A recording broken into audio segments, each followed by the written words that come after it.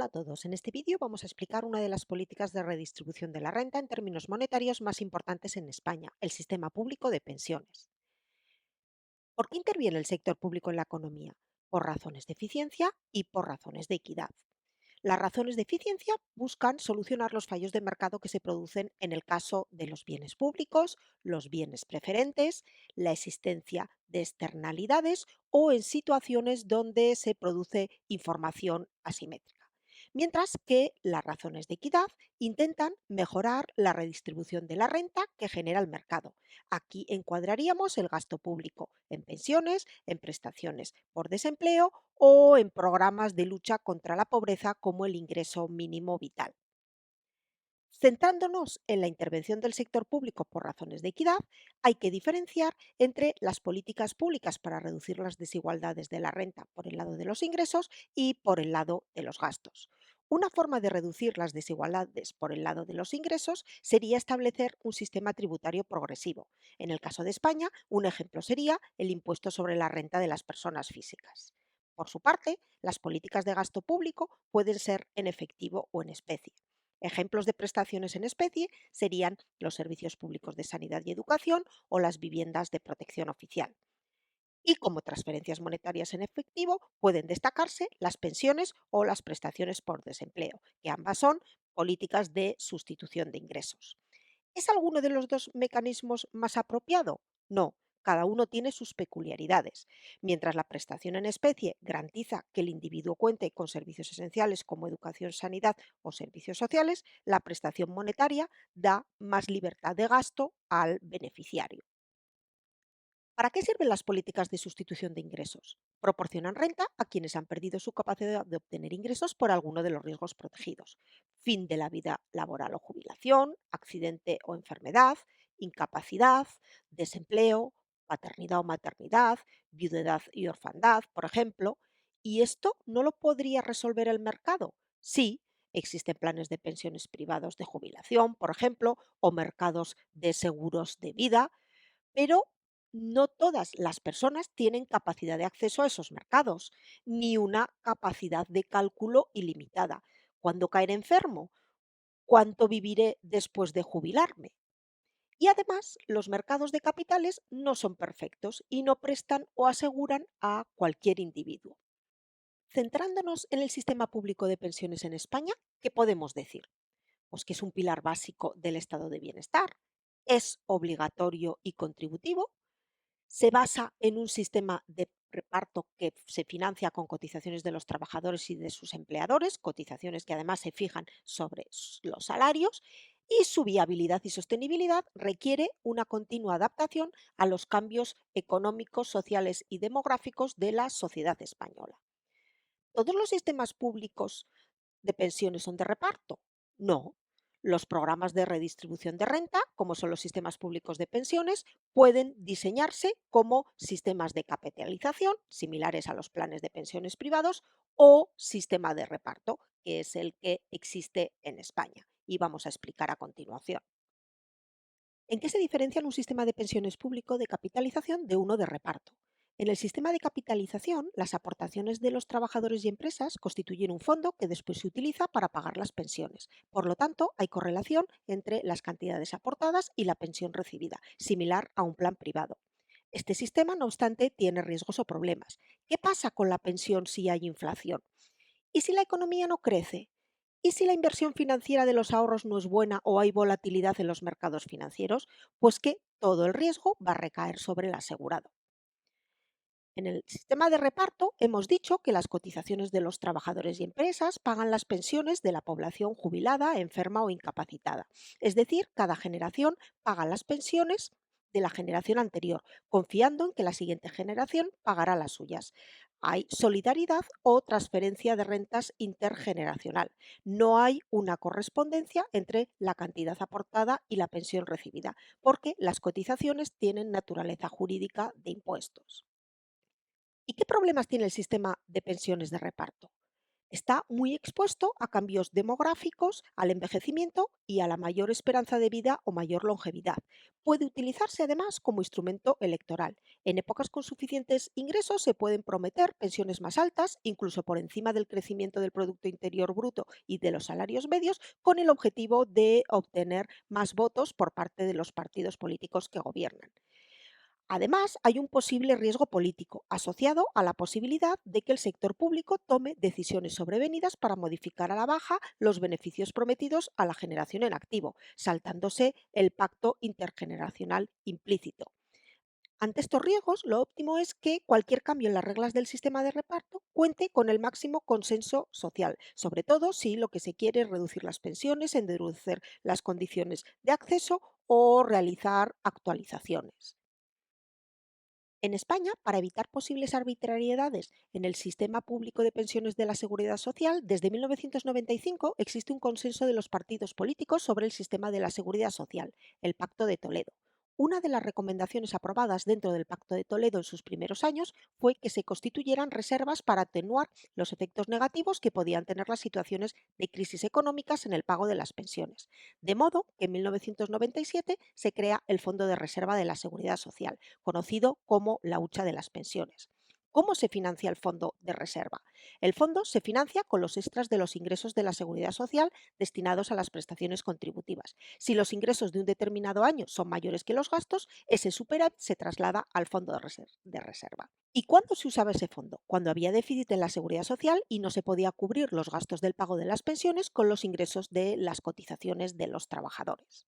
En el gráfico vemos cómo ha evolucionado el fondo de reserva. Desde su creación y durante la primera década de los años 2000 fue creciendo, pero a partir del año 2012 fue necesario retirar fondos del mismo para pagar las pensiones, quedando a finales de 2020 reducido a 2.138 millones de euros, lo que suponía un 0,19% sobre el Producto Interior Bruto.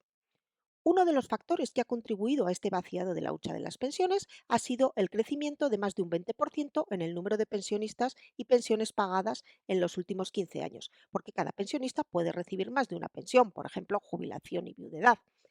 Este crecimiento que deriva no solo de la pirámide poblacional envejecida que tiene España, sino también de la mayor esperanza de vida de los pensionistas. Además, como se ve en este gráfico, la pensión media recibida también ha aumentado, duplicándose prácticamente entre 2005 y 2023.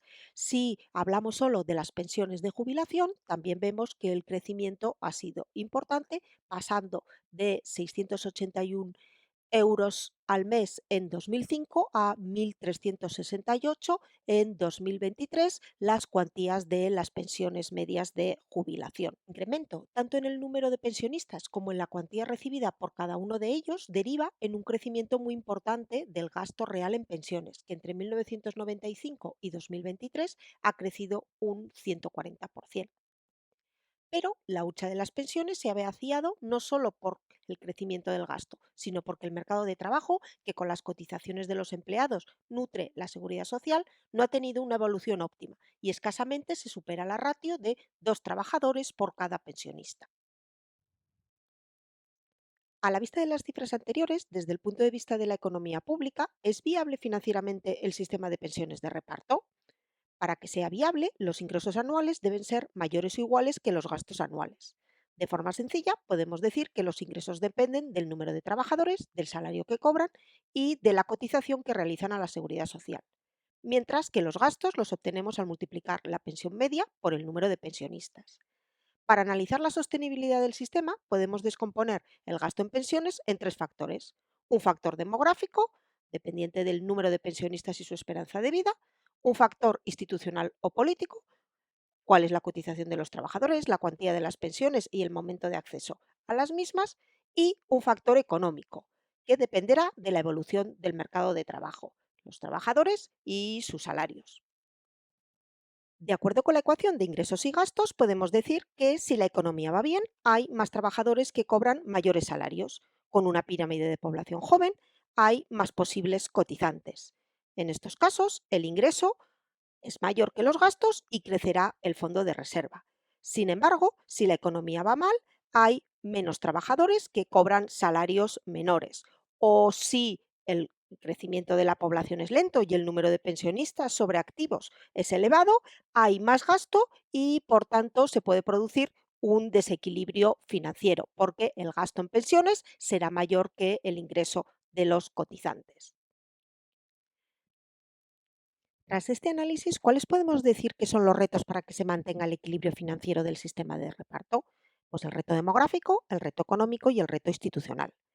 El reto demográfico dependerá de la longevidad por el incremento de la esperanza de vida, del envejecimiento, dado el menor peso de la población en edad de trabajar, de la migración que permitiría más población en edad de trabajar y de una mayor o menor fecundidad para disponer de más trabajadores en el futuro.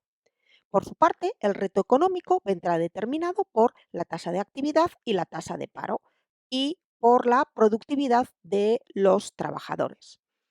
Y el reto institucional, en el que se deberá enmarcar la reforma del sistema de pensiones, lo determinará el acceso a la jubilación, las mejores carreras de cotización con más años trabajados y mejores bases de cotización y la posible revalorización de las pensiones.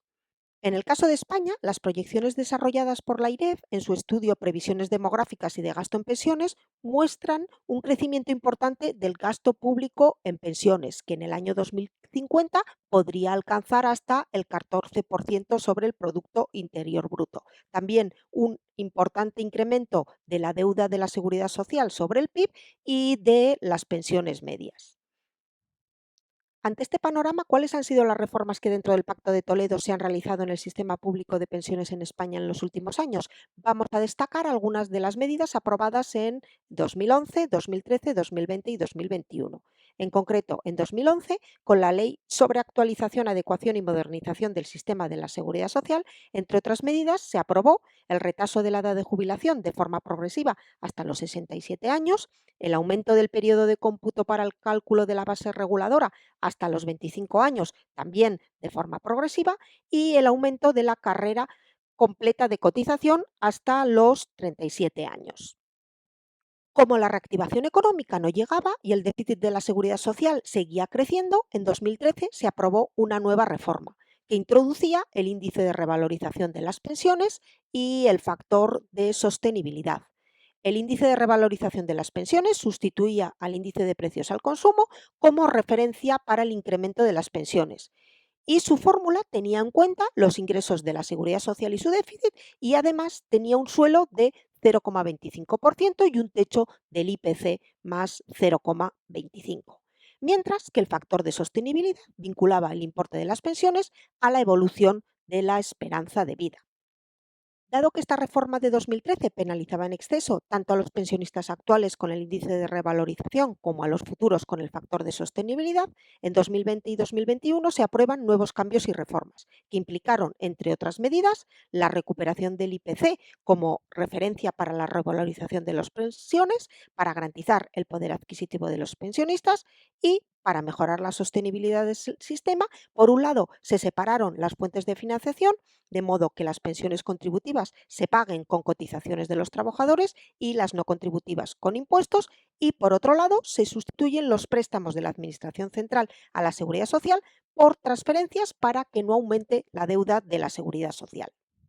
Y por último, en 2021 se sustituye el factor de sostenibilidad por el mecanismo de equidad intergeneracional, que se configura como una herramienta contingente y temporal en función de las necesidades excepcionales por el cambio demográfico, con el objetivo de preservar el equilibrio entre generaciones y la sostenibilidad a largo plazo del sistema de pensiones. Consta de dos elementos: dotaciones al fondo de reserva durante el periodo 2023-2032 y la aplicación de esas dotaciones entre los años 2032 y 2060. El primer componente es la dotación del Fondo de Reserva de la Seguridad Social con una cotización adicional finalista entre los años 2023 y 2032. Dicha cotización es de 0,6 puntos porcentuales, de los cuales 0,5 corresponden a la empresa y 0,1 al trabajador. De modo que por cada 1.000 euros de base de cotización, la empresa paga 5 euros adicionales y el trabajador 1 euro adicional. Con esta dotación, las previsiones de la Seguridad Social es incrementar el fondo de reserva entre 40.000 y 44.000 millones de euros entre 2023 y 2032.